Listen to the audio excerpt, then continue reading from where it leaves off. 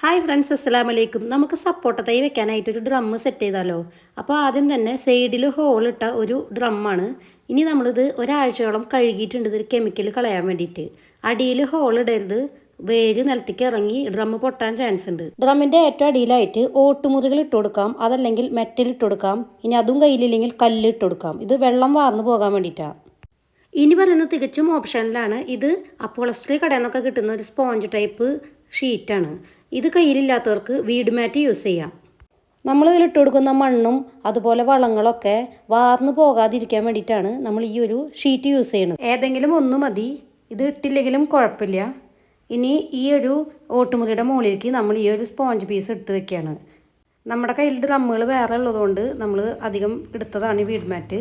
ഇനി അടുത്ത ഡ്രമ്മിൽ നമ്മൾ വീട് മാറ്റാണ് ഇടുന്നത്. വീട് മാറ്റ് ഇട്ടാലും സ്പോഞ്ച് ഇട്ടാലും വെള്ളം താഴത്തേക്ക് ഇറങ്ങിപ്പോവും.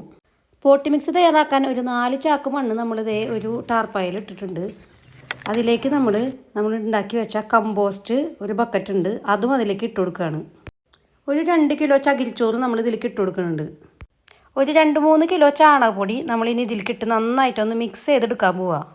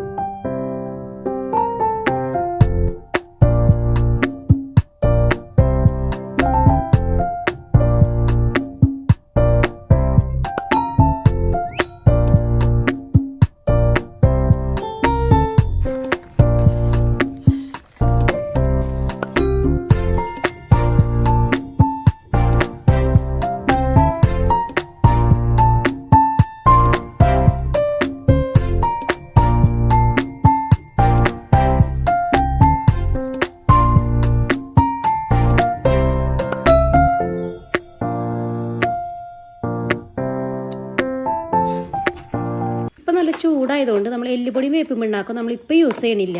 ഇനി കുറച്ച് കഴിഞ്ഞിട്ട് നമ്മൾ ഒരു മഴയൊക്കെ പെയ്ത് കഴിഞ്ഞാൽ എല്ലുപൊടിയും വേപ്പിൻ പിണ്ണാക്കും ആ സൈഡൊന്ന് നീക്കിയിട്ട് ഇട്ട് കൊടുക്കാമെന്നാണ് വിചാരിക്കുന്നത്. അപ്പോൾ ഡ്രം സെറ്റായി. ഇനി ഇപ്പോൾ അടുത്ത വീഡിയോ കാണാം ഇൻഷാ അല്ലാ. ലൈക്ക് ചെയ്യുക, ഷെയർ ചെയ്യുക, സബ്സ്ക്രൈബ് ചെയ്യുക. Thanks for watching.